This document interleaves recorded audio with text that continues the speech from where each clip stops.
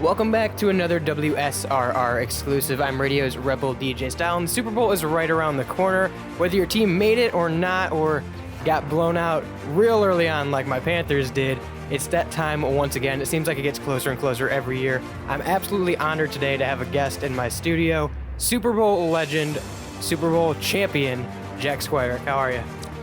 Good. Doing well. Just enduring the snow right now. I grew up in Cleveland, so I'm kind of acclimated to it. But I lived out in California for a while, so you get used to that nice weather, and then come back here, it's a little Oh, I can shock to imagine. you. But it's I'm used to it. Yeah, I wish I could be anywhere but here right now, honestly. Yeah, I mean, like I said, I love Cleveland. It's great in the summer, great in the fall. You got high school football and everything, but winter after Christmas, after New Year's, I can do away with the winter. Yeah, I So feel it. yeah. So you talk about the high school football scene here in Northeast Ohio and Ohio in general. I want to dive in a little bit and talk about your early years, high school football. What made you want to play football, get so invested in it? Surprisingly enough, we went to the same high school, Cuyahoga Heights. So I wanted to hear a little bit of stories about that, if you mind. Yeah, Cuyahoga Heights always had a good football program. Um, the sports I played in high school, football, track, basketball. Basketball, I was an average basketball player. Track, I did fairly well in, pretty good hurdler. I did long jump, um, but mainly I was a hurdler, I would say. And then I kind of gravitated toward football because it was physical. I liked the physicalness of it, and just enjoyed the camaraderie of having teammates, and your team, and it's you against everybody else. And I just kind of enjoyed that, gravitated toward football, and that was seemed like my sport that I wanted to had a goal to achieve higher things with. Did you grow up in a big football household? I know your brother played as well. Yeah, I would say my dad wasn't real keen on sports. He boxed and Mhm. growing up, but he wasn't a real big sports fan until I started playing. And when he saw me play in high school, he kind of gravitated toward it. That's always nice. Yeah.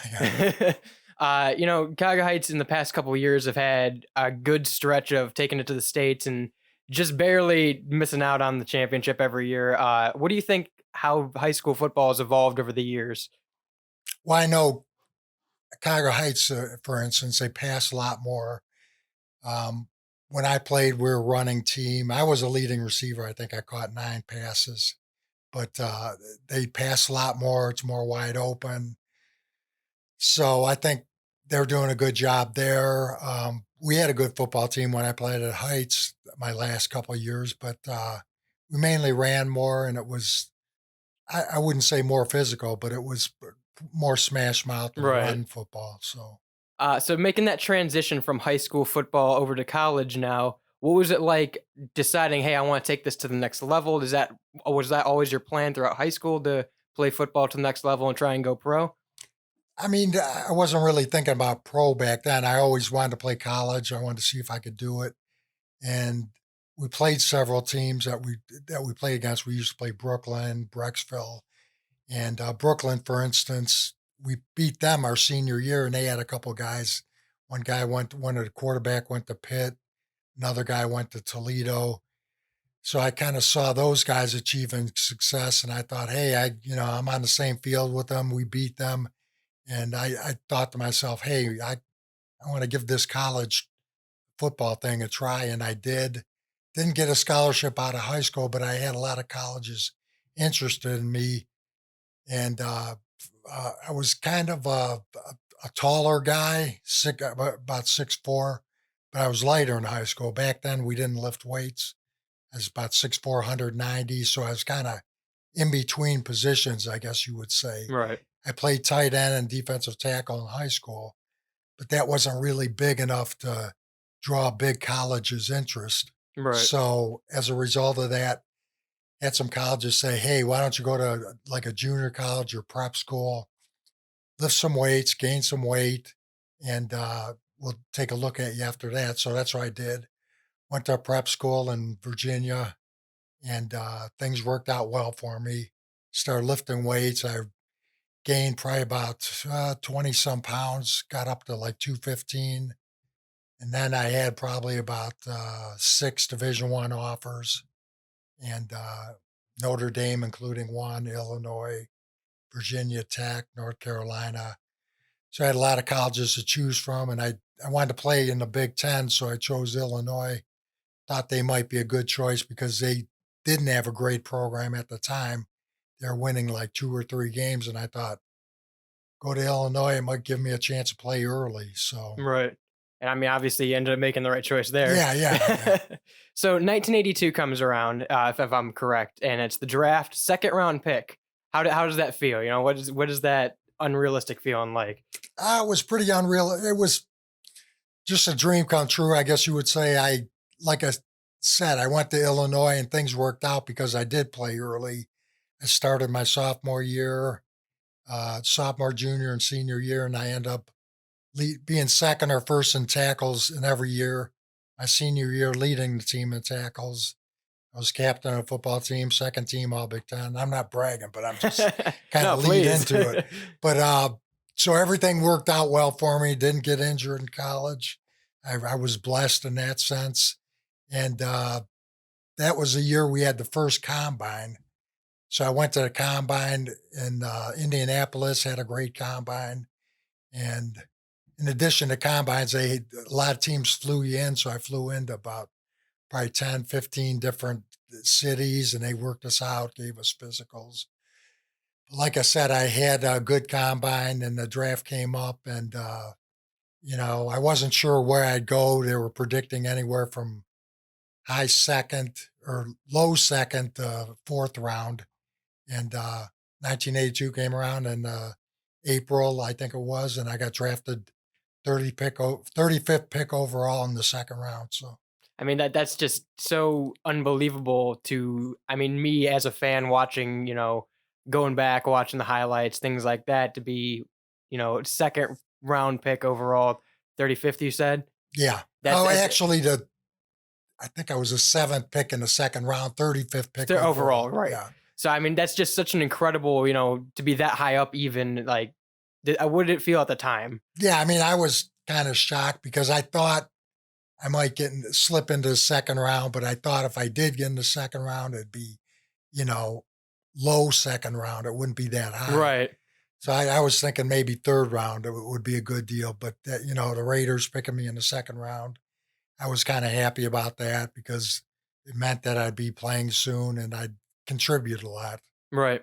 So you make this transition, you're drafted to the Raiders, and when does it set in that, all right, this is the big time, there's the goal immediately, what do I gotta do? What do we gotta do to get to the Super Bowl? Or are you taking it game by game basis? What's the mindset there?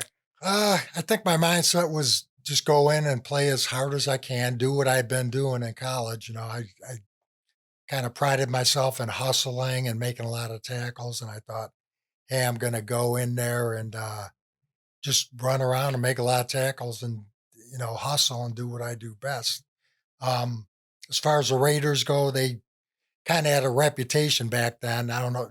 I guess they still kind of do, but they were thought of as like a dirty team. Yeah. They kind of like, at the bottom of a pile, they might elbow you, things like that. And so I was wondering, how am I going to fit in? I'm not really that type of player. Right. So, but when I got there, I realized that most of the guys on the team were normal. And, It's just more of a reputation. Yeah, more of a reputation. I had a couple of guys that were off the wall, but I fit in with most of the guys. Great bunch of guys, and just going there the first day, it was a great experience. Meeting everybody, seeing a lot of guys I grew up, idolizing. They were my heroes, and now I was playing with them. So it's quite a thrill. What's it like? We talked a little bit about high school football into the transition to college. A lot of kids when they play high school football have that mindset of, I'm going to do this. I want to go pro. This is my dream. What's it like to not only make it to play in the NFL, to be drafted in the second round, but to make it to the Super Bowl? Just hard to believe. I mean, I remember our first meeting with Tom Flores. I was a rookie and sitting around.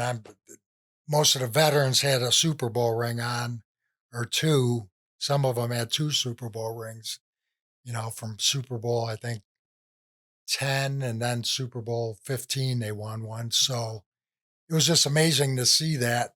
And I remember Tom Flores, like I said, getting up, having a team meeting, and he said, "Guys, our number one goal is to win the Super Bowl, not to go to the playoffs, not to win the AFC Championship, not to lose the Super Bowl, to win the Super Bowl."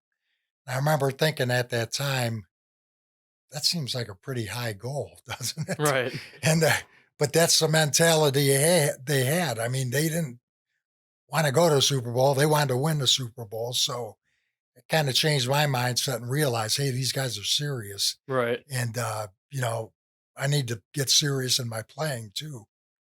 So the season goes on. The Raiders have an amazing season, make it to the playoffs, and then obviously into the Super Bowl. What is the mentality going into that game?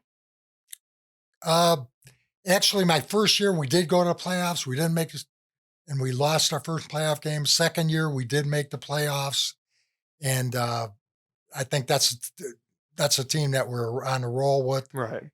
Went to the playoffs. Mentality was pretty much what I said. Tom Flores said, "Hey, we're in the playoffs. We're here to win the Super Bowl." And most of the veterans projected that image too. They said, "Hey guys, take this serious. We want to win." So that's the attitude I had. And when we won our AFC Championship game, just everybody was calling me, my friends, and they're like, "I can't believe you're in the Super Bowl." And, it's kind of funny because, it was like a dream come true. I used to watch the Super Bowl as a kid. Now I'm playing in it, and it's something you can't fathom because it's more than I could have dreamt of doing. Right. Yeah, I mean, you talk about the AFC playoff games. Obviously, you've been to all these big divisional games, AFC playoffs, things like that. Making it through that, does it then, going into the day, going into Super Bowl day, Super Bowl 18, how much of a different feeling is it than any of those big games you'd been in previously? Oh, it was a big difference. I remember before the Super Bowl, I was so nervous, like my legs were shaking. I mean, I was trying to like calm myself down because your whole family's there. So you're playing for your family. You're on national TV. There's guys on the team that are veterans. This is going to be their last Super Bowl. It's If you win this, you get a Super Bowl ring. If you don't, you don't get a ring. Right. So you got all that pressure of winning the game on you, and then you're putting the pressure on yourself to play well. So it's just really hard to kind of tone it down. You want to be up for the game, but you want to relax. If I can make any sense with that. Right. I mean, you can't be that nervous Yeah, you when the can't game be. comes around. Yeah, You can't be on the field like that. So I was trying to calm down. It took me about a half of the first quarter to really calm down and start playing. So that's the biggest thing I remember starting the game, just being very nervous and wanting to do well, and always thinking, "Hey, I got to make a big play." So Right. And you did that. Coming up on the coming up on the end of the first half of the game here, the interception, it's seen pretty much every time we roll a Super Bowl package now. I believe it was ESPN rated at number 19 of the top 50 Super Bowl plays. I mean, that's gotta give you some kind of good feeling to see that every year. Oh yeah, it's a special feeling. I mean, I'm a linebacker. I play on defense. You usually don't think of making Right. plays like that. You usually think of, making a sack on the quarterback or a tackle for loss, but an interception for a touchdown, that's like a dream come true. And I just remember being in the game, and we pretty much had everybody. We're in a zone prevent defense. I was in a man-to-man with Joe Washington, and they snapped the ball. I was covering Washington, saw the ball in the air real quick, made the play on the ball, intercepted it, was in the end zone. I just remember indescribable feeling, having about 20 of my teammates on me, and, just something you can't describe. Like Right. I said, a defensive guy and you're scoring a touchdown in the Super Bowl. It doesn't happen very often. Did you realize at the time how big of a play it would become? Uh, Not really, because I mean, during the game, I was just worried about, wow, I just made a big play. It's halftime. You know, I'm happy, but I want to keep playing, and I want to Right. do well. But, as far as did I think it would last this long? Not really. I mean, I never thought, you know, 30 years later they'd be showing my play Right. and rerunning it. No, I never thought that would happen. So the play happens. Obviously, the game progresses, and the Raiders end up taking home a big win, almost a wipeout game there. What is the mentality going back into the locker room? Obviously, emotions are going to be high. Super Bowl champions. What was it like? Well, we went in the locker room at halftime and everybody said, "Hey, we got this game. Don't let up." Just everybody was saying, "Don't let up. Play your game. Keep playing the way we're playing, and good things will happen." That's what we did. We went in there. We weren't overconfident. We knew we had a great edge, but we weren't overconfident. Everybody played real hard, and things worked out for us. Marcus Allen had that long 70-yard run in the third quarter, and that put the icing on the cake. And you know, it's a Super Bowl I'll never forget. When did it start to set in for you that, hey, I'm a Super Bowl champion now? This is real life. This happened. I think right after the game, I was getting my finger measured for the ring, but no, right after the game, everybody's interviewing me. I went and they said, "Hey, you got to do a press conference." I walk in, there's like 200 uh, media people, and I'm like in shock because, like I said, I'm a defensive guy. I'm a linebacker. Usually, that's set for the quarterbacks and the running backs and the star players. So Right. it kind of set in after the game, and it was just a great feeling. We had a party. Mr. Davis, our owner, had a big party after the game, and it was a great time and a big thrill for everybody. Obviously, we talked about the magnitude and the aura that this play is carried on throughout all these years later. Is it something that you wouldn't have done it any different? It was a spur of the moment kind of decision. Do you think there'll ever be a play like that again from the defensive standpoint? Yeah, I think there will be because there's Super Bowls are going to go on, and there have been a lot of big defensive plays in addition to Right. mine. So um, it might not happen exactly that way Right. because I think a lot of coaches might not want to throw a screen on their 10-yard line ever again. So, it might not happen that way, but I think there's going to be some big defensive plays in the future. Do you ever take yourself back and step out of the picture for a second and looking on it how big of a play that actually was, and it what does it feel like to be the person that made that play? Well, I think it feels great because as I was saying in the beginning, you go into a Super Bowl and you want to play as well as you can because other guys are counting on you and your family's counting on you. So in the back of your mind before the game, that's weighing heavily on you. And to make a big play like that, I feel blessed to make a big play like that because I contributed, what I needed to do to win that game. In addition to making other plays, I made some other plays too. But um, just a great feeling to know you helped. Right. We talked a little bit earlier on about when you're in high school football, the end goal for a lot of the kids is, I want to make it to the NFL, I want to make it to the Super Bowl, I want to be a champion. You've been there, you've done it, you got the ring to prove it. What is your advice for the young up and coming kids in high school or even college that want to make it into the professionals? I would say it's a lot of hard work, and you're going to be disappointed. You got to you can't let disappointments detract you. You got to injuries, maybe not playing as much as you should right away. You got to overcome that.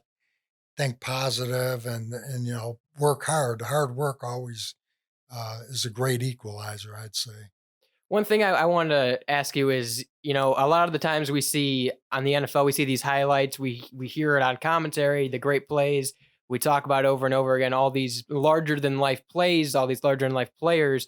What is it like after, the game is over, after you're off the gridiron? What is it like going on after the NFL? I think it's hard. I think after you play, especially in the Super Bowl, it's more difficult because you achieve such a high goal and you achieve that goal, and then to go on and do another line of work, it's hard because you got to work twice as hard to achieve that goal because maybe somebody like me, I was kind of athletically gifted, size wise, and everything, and that came natural on me to me. I worked hard, but it came more natural to me rather than another line of work might not as much. Right. So I think it does it is kind of difficult. So how did you go about making that transition out of the NFL? I just think I kind of had to sit down and decide what was important to me. You know, family was important, other things, and I decided, hey, you know, I don't have to be as successful as I was in football Right. if I'm happy, you know, and I'm happy with what I'm doing and my family and everything. So it's more being content with what you have, you know. Right. And it's cool now that we live in this day and age where social media is blown up to the extent that it has, that you can still kind of be involved in that NFL scene, in that career. I know you just started a Cameo. Tell me how that's going. Yeah, that's going well. I've done a couple so far.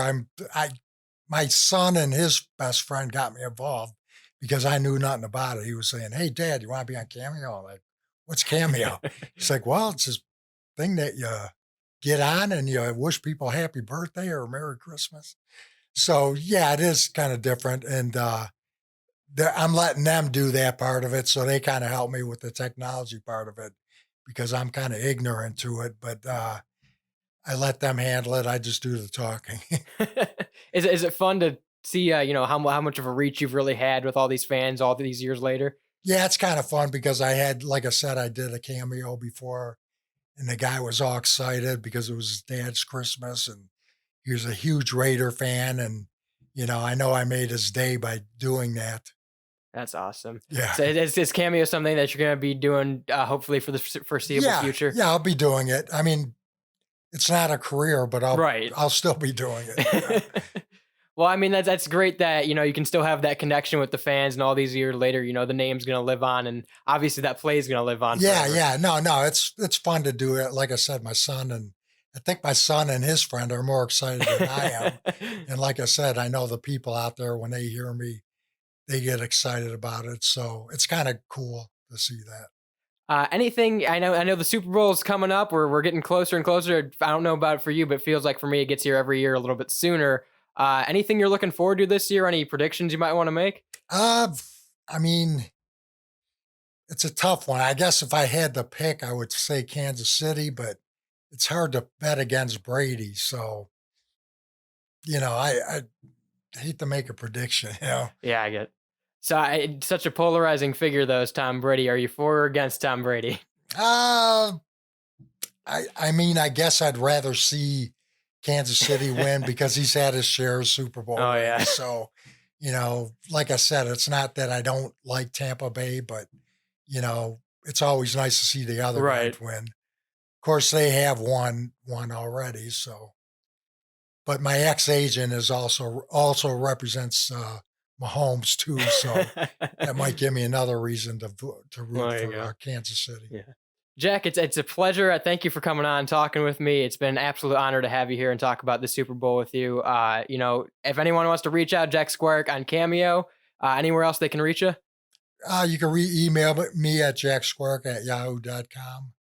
And thanks for having me. I appreciate it. Had a great time. Of course, man. And enjoy the Super Bowl. Okay, thanks.